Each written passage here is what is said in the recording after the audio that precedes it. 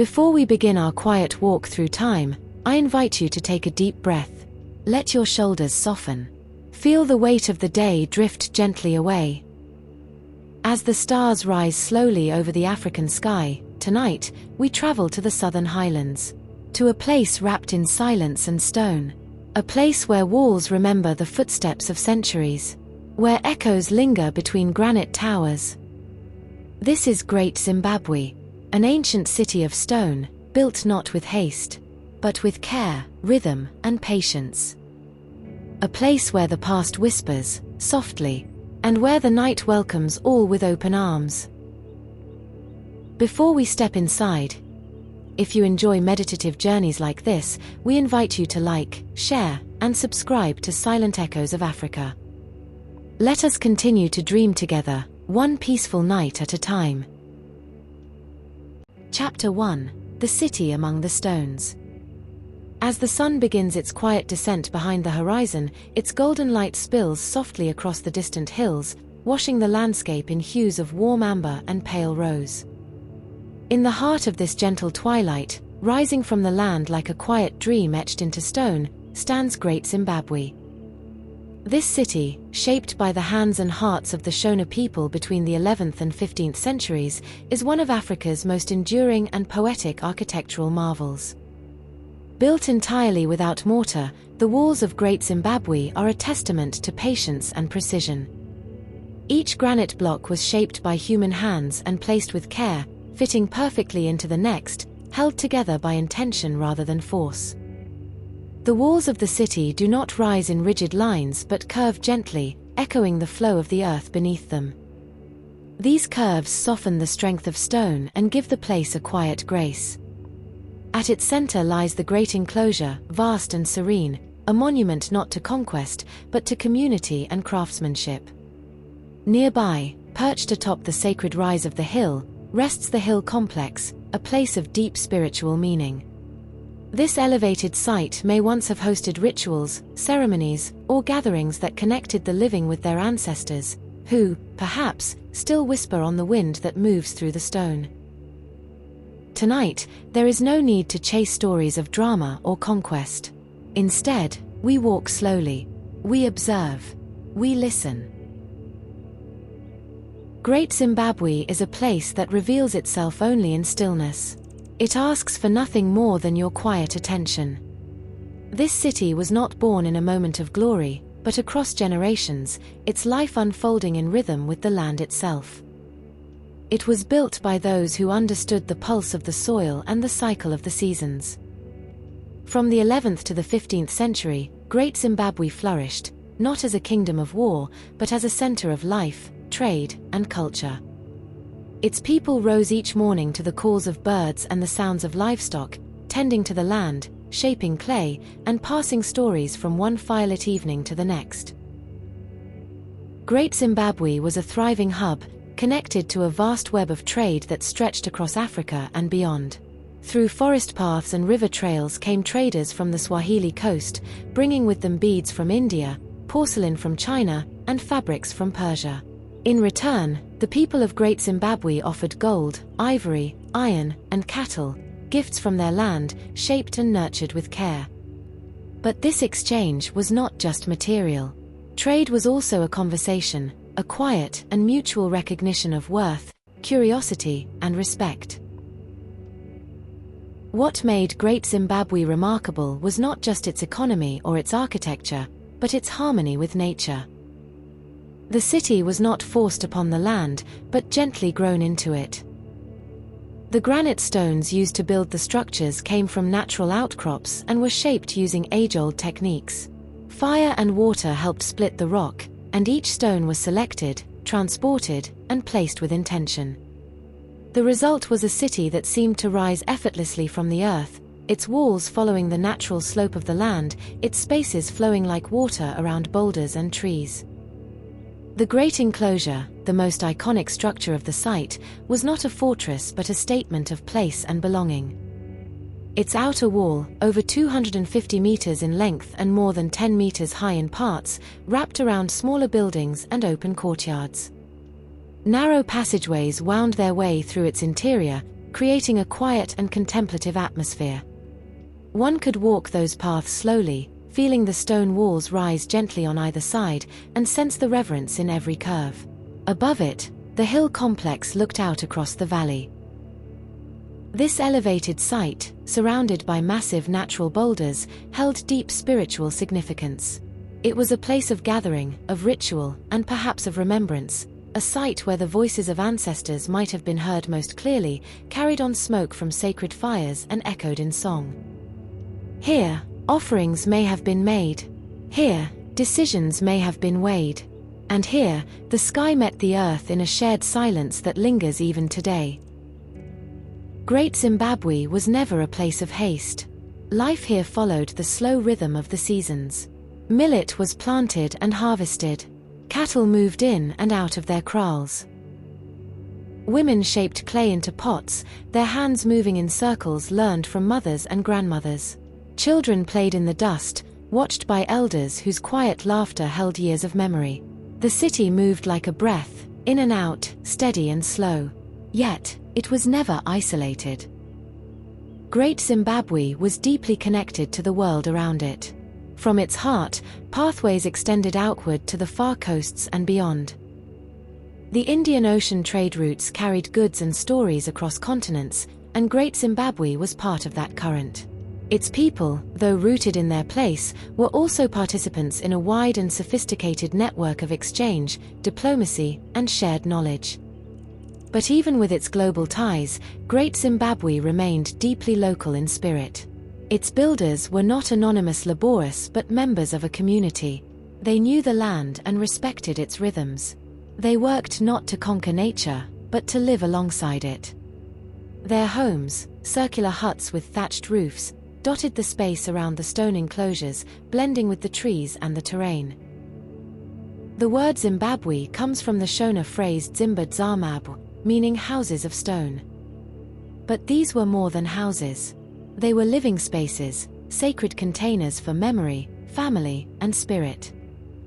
The stones themselves seemed to hold stories, not in words, but in presence.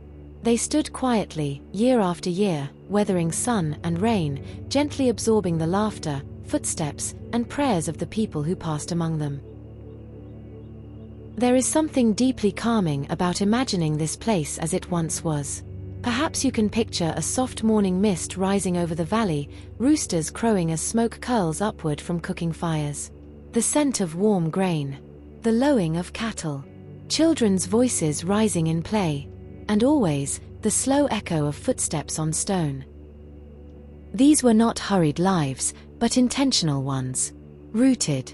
Patient. At peace.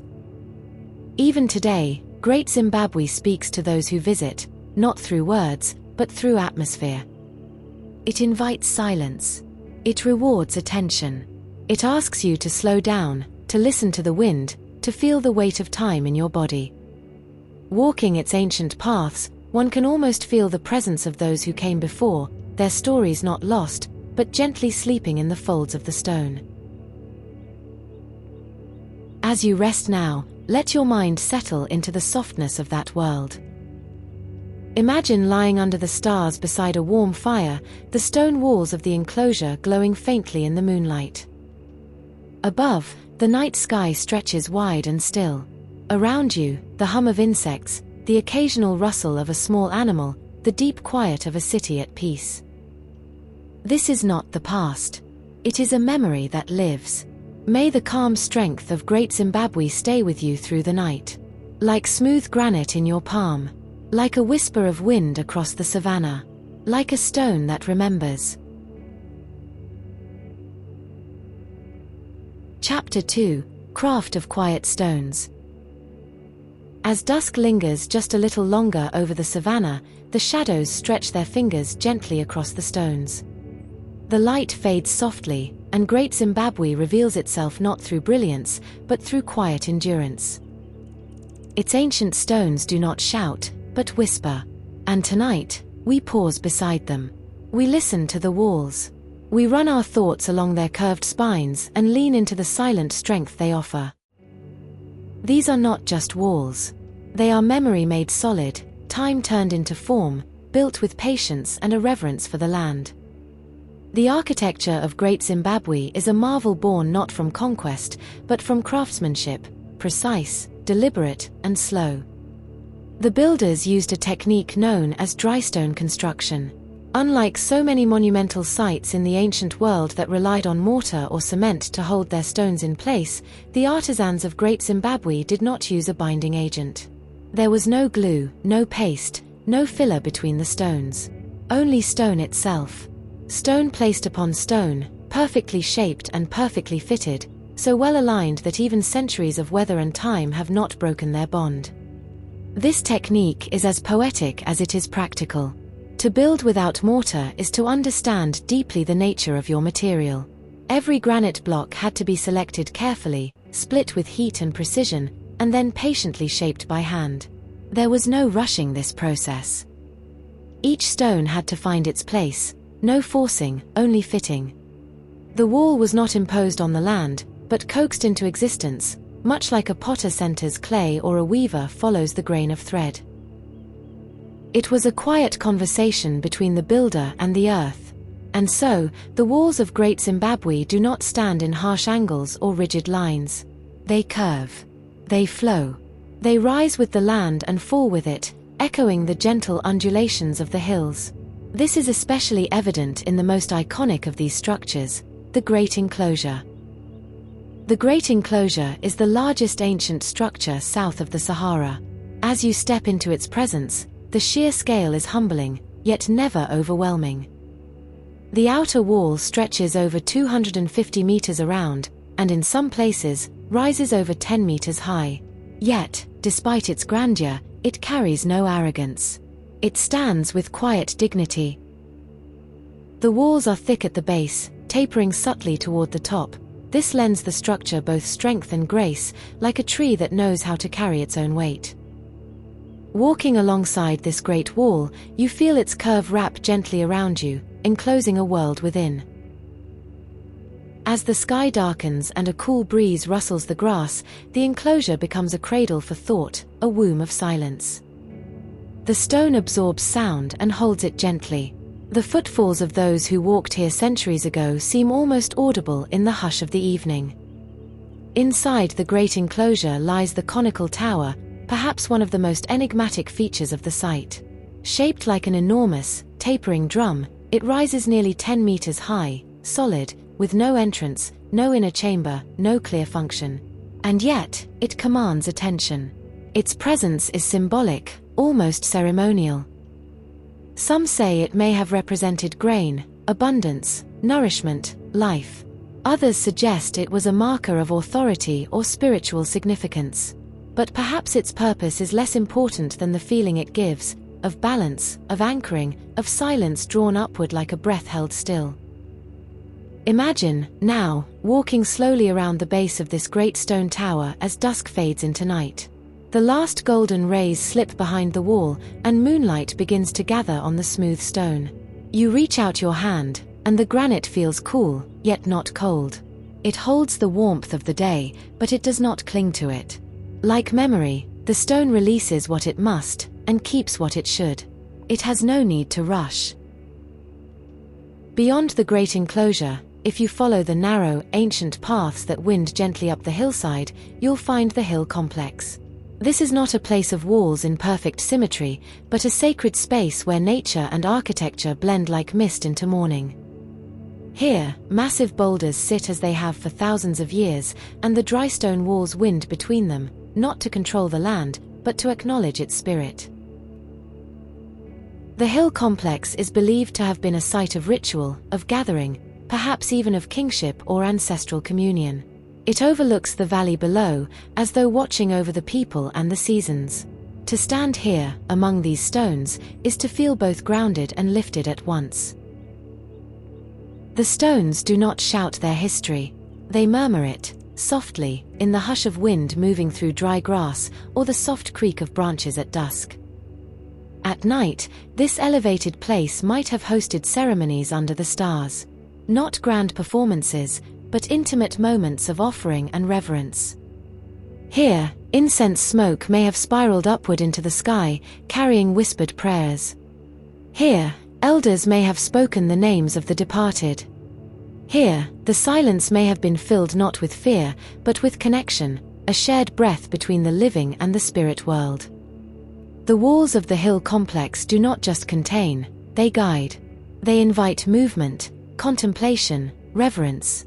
They curve around natural rock outcrops and enclose small courtyards. The granite here is the same as that used in the valley below, but its placement is different, more fluid, more personal. These were not spaces meant to impress through size, but to create intimacy with the sacred. And perhaps this is the most profound truth about the architecture of Great Zimbabwe: it is not about domination. It is not about hierarchy or conquest. It is about harmony. Each wall, each space, each path was shaped with respect, for the earth, for the people, for the unseen. The builders did not seek to overpower nature, but to listen to it, to learn its language in stone. The dry stone technique reflects this perfectly. To build without mortar is to build with trust. Each stone relies on its neighbor. Each block must be shaped not to stand alone, but to support and be supported. There is no separation between structure and story here, only connection. The wall stands because every piece is in balance. And in that balance, there is peace. As you continue your slow journey through these ancient spaces, the rhythm of your breath may begin to match the rhythm of the stonework. Inhale, like a wall rising.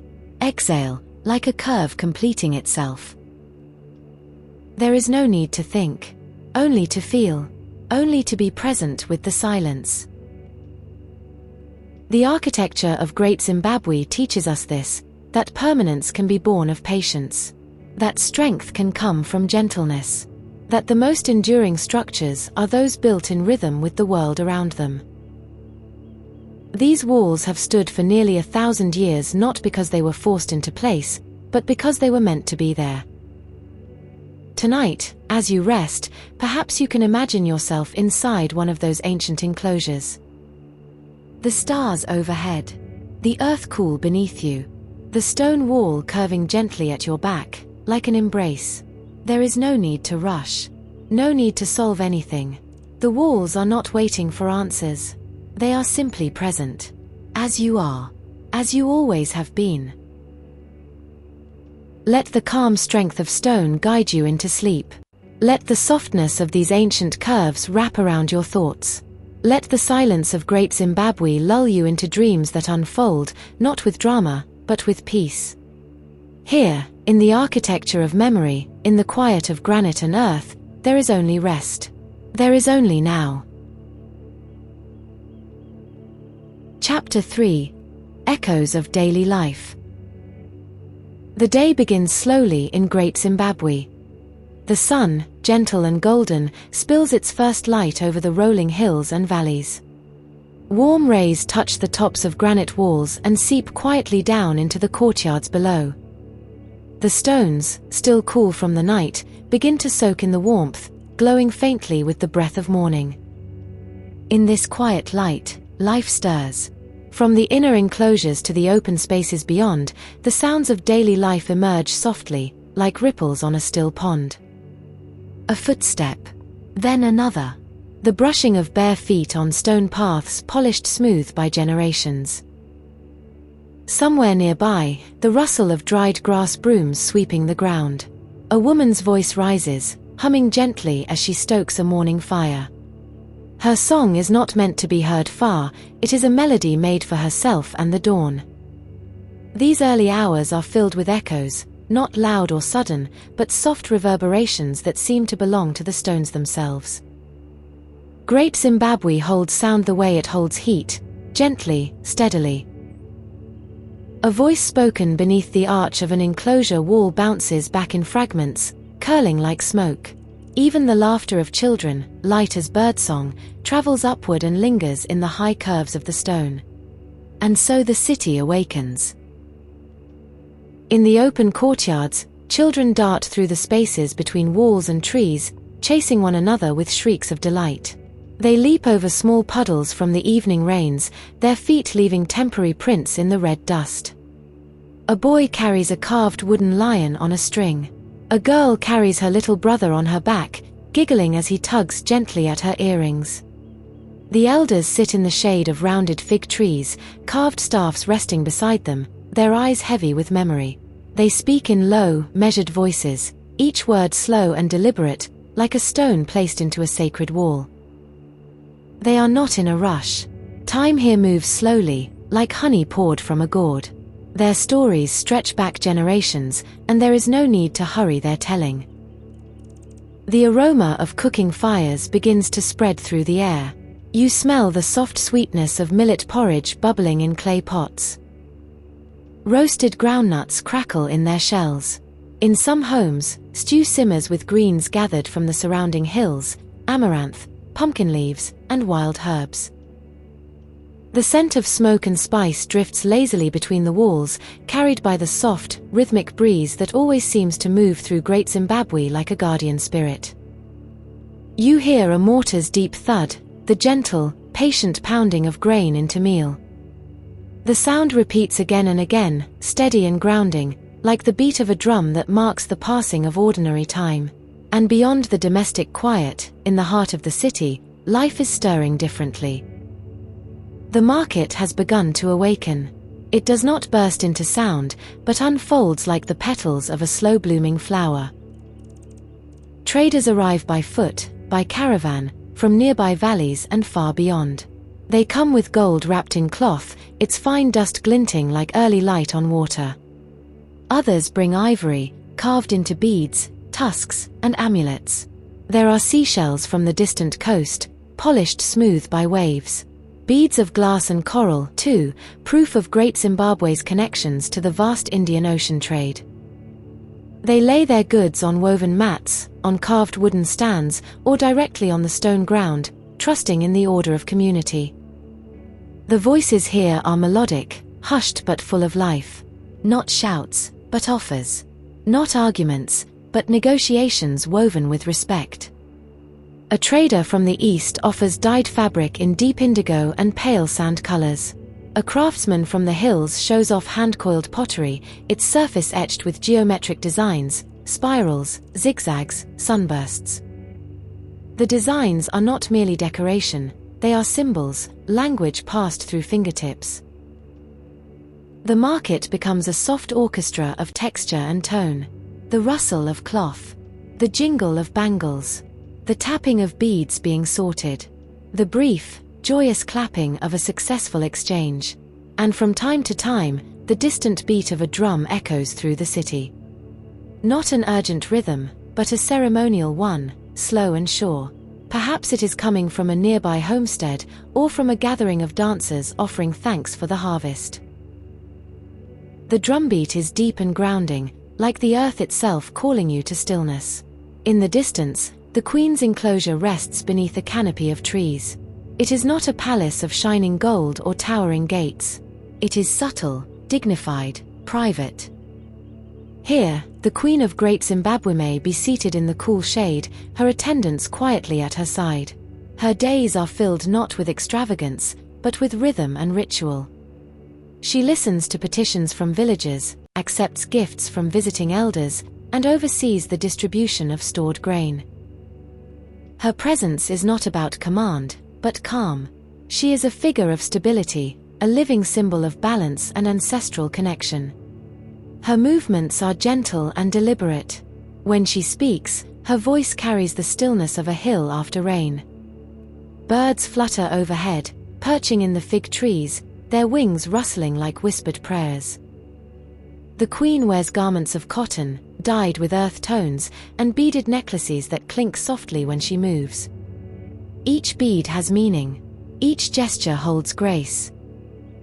Nearby, in another shaded corner of the enclosure, the elders of the community gather to discuss the season's shifts, rainfall patterns, planting rituals, the health of the herd animals.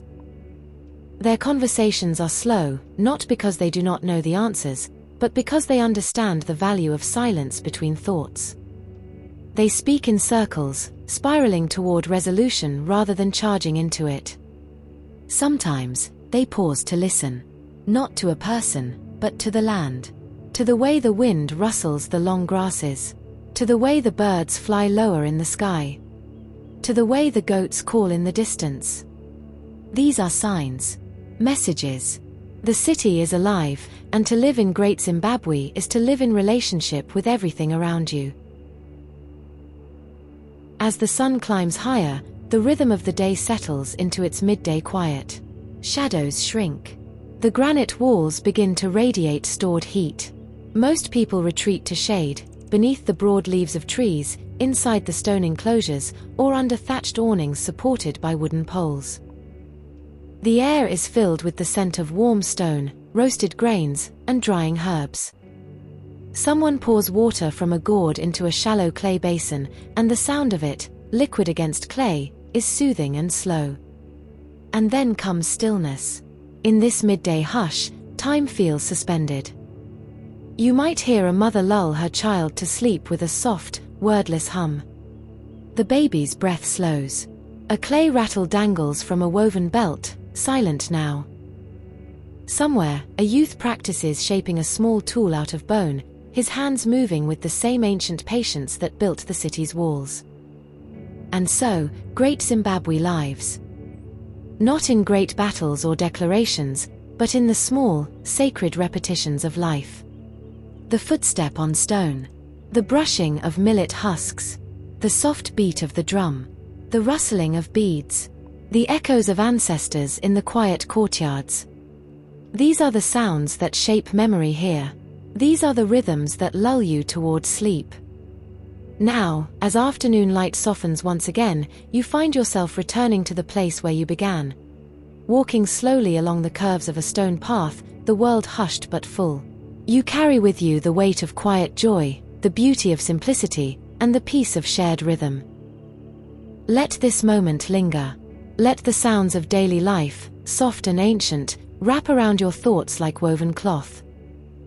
Let the echoes guide you deeper into rest. You are not a visitor here. You are part of it now. You are within the walls, within the rhythm, within the echo. Chapter 4: Sacred Hill, Sacred Breath. In the heart of Great Zimbabwe stands a hill, rising gently from the land. This is the hill complex, the spiritual center of the city, where stone and sky meet, and where the boundary between the living and the unseen is at its thinnest. To walk near this place is to walk among memories. The stones seem to listen. The air hums with unseen voices. Each step feels wrapped in quiet invitation, as though the ancestors themselves are watching, not with judgment, but with a patient, eternal gaze. The Shona people, who built this place with their hands and hearts, did not divide the world into living and dead. To them, the ancestors lived on, not far away in a distant realm, but close, woven into the land, the air, and the very stones of the city. These were not spirits to be feared, but family, guides, protectors. When someone passed, their memory did not vanish. It echoed. Their wisdom remained in the curves of a pathway, in the smooth surface of a pot, in the quiet hush of morning fog. In this worldview, to live was to be part of a long, unbroken line, a river of souls flowing through time. And so, throughout Great Zimbabwe, spirit communication was part of daily life. Offerings were made in shaded corners. Words were whispered in the early hours. Ancestors were not called upon loudly, they were spoken to with the same tone you might use with a sleeping child. Gently, respectfully, with love. On certain days, elders and spirit mediums would make their way up to the hill complex, bringing with them gifts of millet, tobacco, or small tokens carved of bone or wood. The path upward was worn but sacred, curving slowly between outcrops of ancient granite. At the summit, the world opened wide. From this vantage point, one could see the sweep of the valley, the reach of the outer walls, the scattered dots of homesteads nestled into the hills beyond.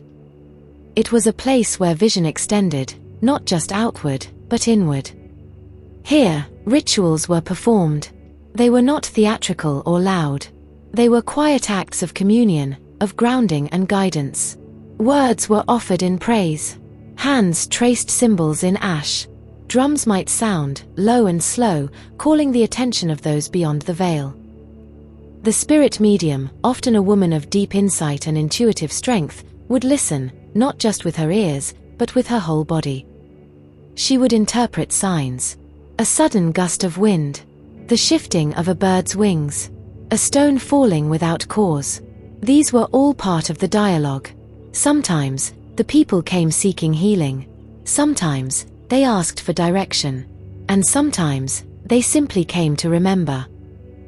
The hill complex was more than just stone upon stone. It was a vessel. A vessel for memory. For hope. For legacy. It is said, in quiet stories passed down through generations, that the stones of Great Zimbabwe hold memory.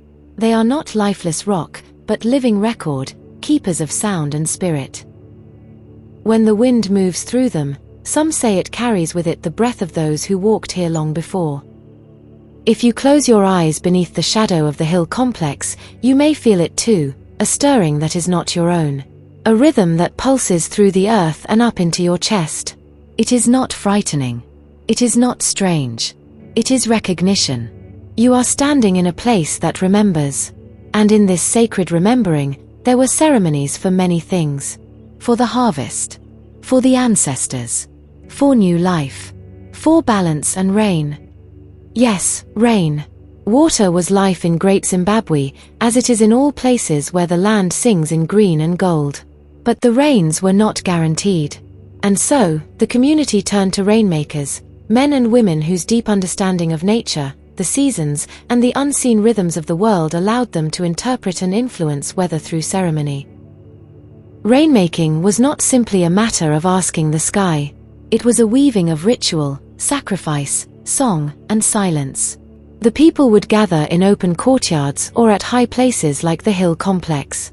They would wear beads symbolic of lightning and clouds, and they would dance, not wildly, but with quiet intention, each movement a prayer, each footfall a drumbeat of hope. Smoke from burning herbs would rise in spirals, carrying with it their wishes to the heavens.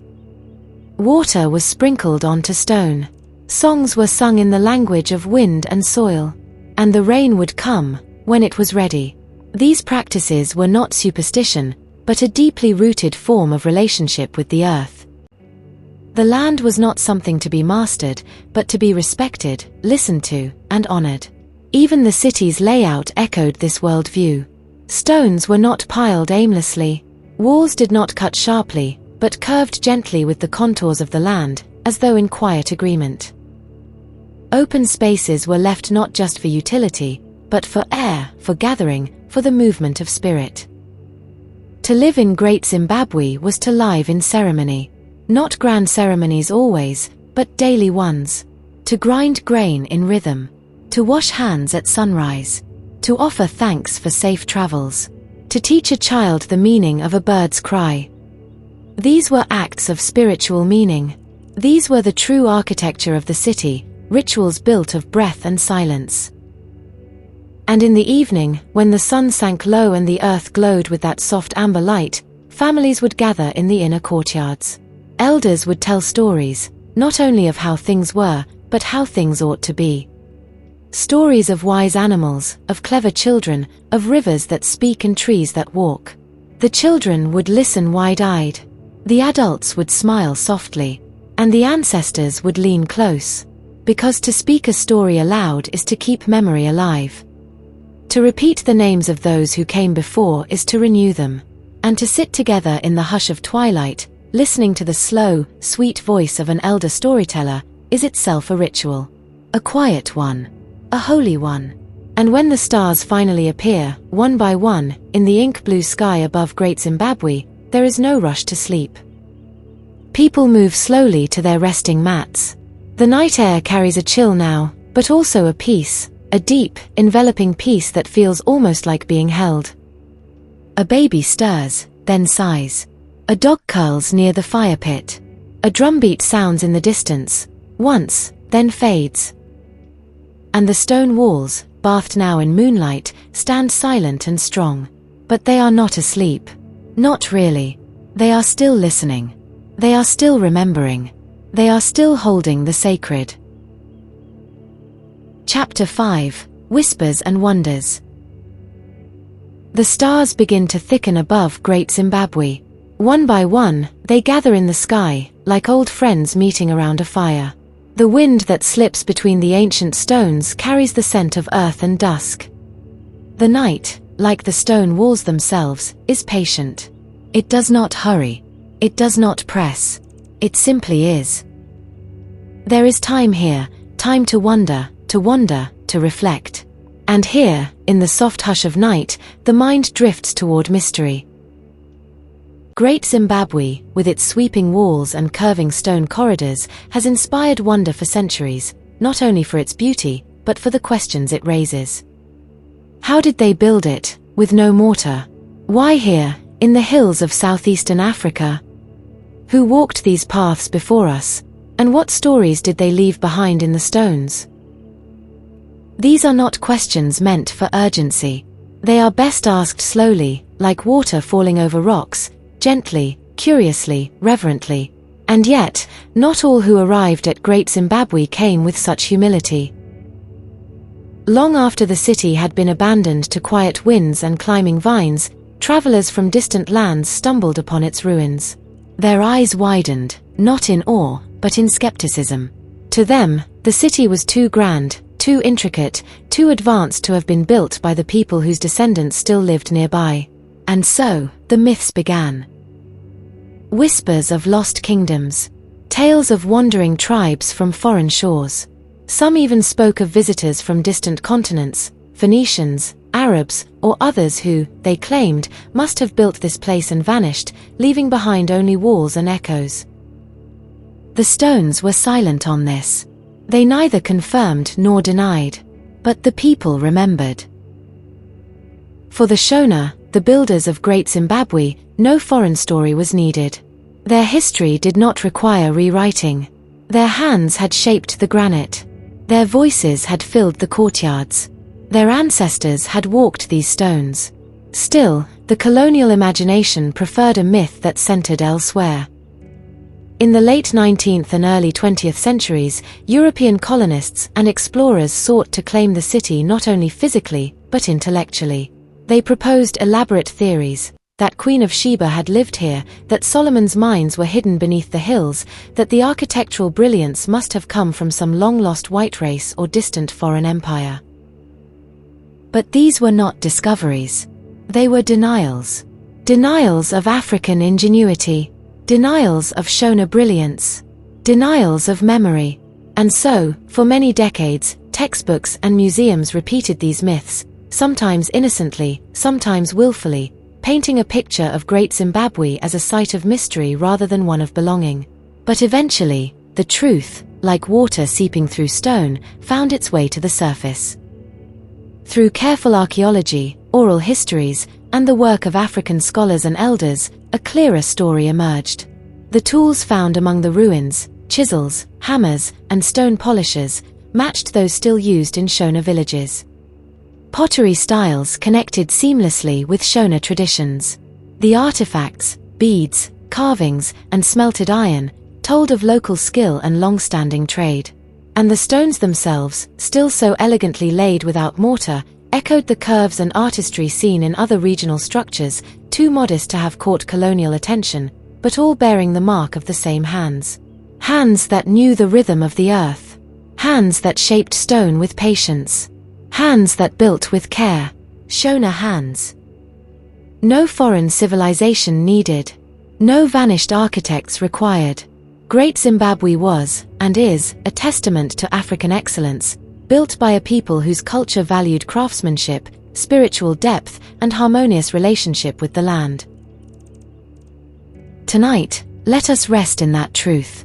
Let us leave behind the myths told by strangers and instead listen to the quiet confidence of the stones, the memory still held in their curved embrace. Great Zimbabwe did not rise from myth. It rose from community, from ancestral knowledge passed from grandmother to grandson, from father to daughter. And if you listen closely, closer than mere curiosity allows, you might begin to feel how that legacy still breathes. A gentle pulse in the night air, a shimmer of pride in the darkness, a presence. Because the mystery of Great Zimbabwe is not who built it, but how. How they saw beauty not in dominating the land, but in flowing with it. How they created a city not with sharp angles, but with curves, as though the walls themselves were extensions of the hills. How they left behind not monuments of conquest, but spaces of belonging, places for gathering, for dreaming, for honoring those who came before. In this way, Great Zimbabwe is still alive. Not with bustle, or noise, or light, but with presence. With memory. With quiet truth. And so tonight, as you settle into rest, let the myths fall away like dust in the wind. Let the falsehoods, so long carried on foreign tongues, return to silence. Instead, close your eyes and feel the truth rise gently within you. Stone by stone, the story of Great Zimbabwe has been told. And the story is this. It was ours. It was real. And it was enough. No embellishment needed. No fantasy required. Only memory. Only reverence. Only the echo of hands that built with purpose. Let the stars above the hill complex witness your breath slowing. Let the stones cradle your dreams as you drift. Let the ancestors smile as you listen deeply, not with your ears, but with your heart. And when morning comes, know that the city is still there. Not only in the hills of Zimbabwe, but in every place where truth is whispered, gently, like a prayer, like a story worth remembering. Chapter 6: Legacy Beneath the Stars. The last light of day has faded. And now, in this between worlds, where day slips into night and waking becomes dreaming, the city of stone exhales. Twilight wraps itself around Great Zimbabwe like a soft, woven shawl. The granite walls, once warmed by the sun, now hold on to its memory, radiating a gentle warmth that mingles with the cool breath of evening. A hush has fallen. Not silence, but a quieter kind of sound. The hum of earth resting. The wind tracing curves of stone. The soft rustle of night creatures beginning their slow procession under the stars. Here, in this tender hour, we pause. Not to learn, or to ask questions, or to know more, but to reflect. To simply be with the stones, and listen. The stones whisper stories. If you press your palm gently to the wall, just for a moment, you may feel it. Not vibration. Not movement. But memory. There is something held in the stone, something old, and steady, and kind. Not every place whispers like this. But Great Zimbabwe does. It does not shout its importance. It does not demand attention. Its greatness lies in its endurance. Long after voices quieted and footsteps faded from its passageways, the city remained, weathering wind and sun, drought and rain, gaze and neglect. It never needed to prove itself. It simply continued to be. And now, under the wide African sky, the ruins still speak, not with words, but with presence. The curved walls, so unlike the rigid, angular constructions of faraway empires, seem to embrace the earth. They do not challenge the land, but flow with it. As though the city was grown, not built. The hill complex, perched on ancient granite heights, still stands as a sacred place. Its stones hold more than structure, they hold spirit. One cannot visit without sensing something beyond the physical. A stillness. A watchfulness. As if the ancestors still linger here, not trapped, but at peace.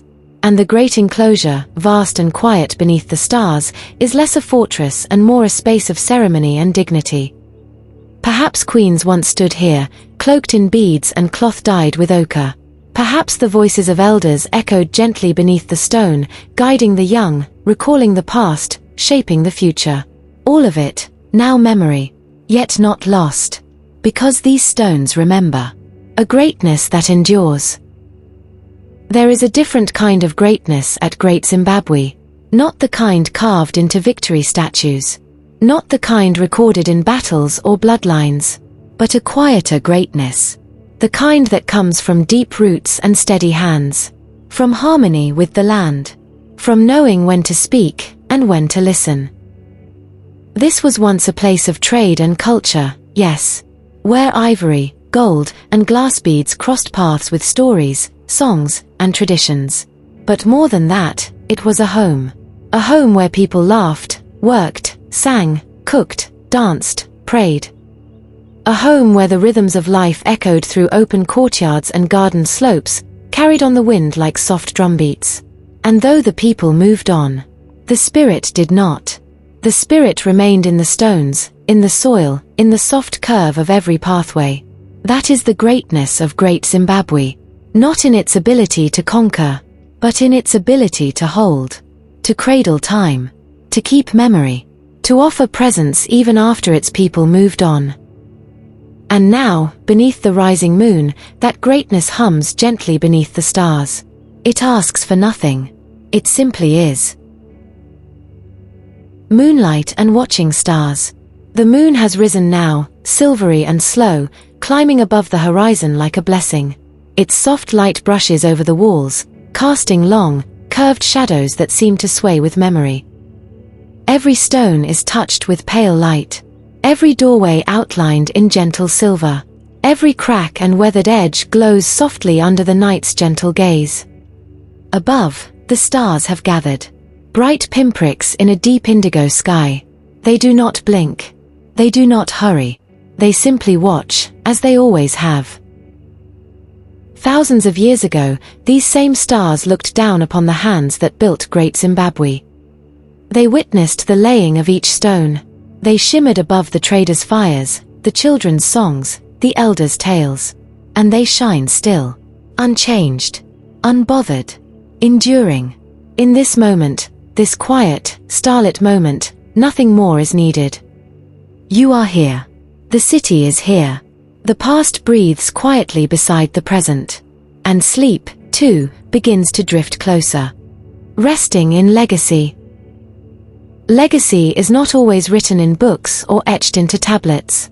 Sometimes, it is felt, in the warmth of smoothed stone under moonlight. In the curve of a path that remembers footsteps long gone. In the wind that speaks in the language of trees and rocks and water.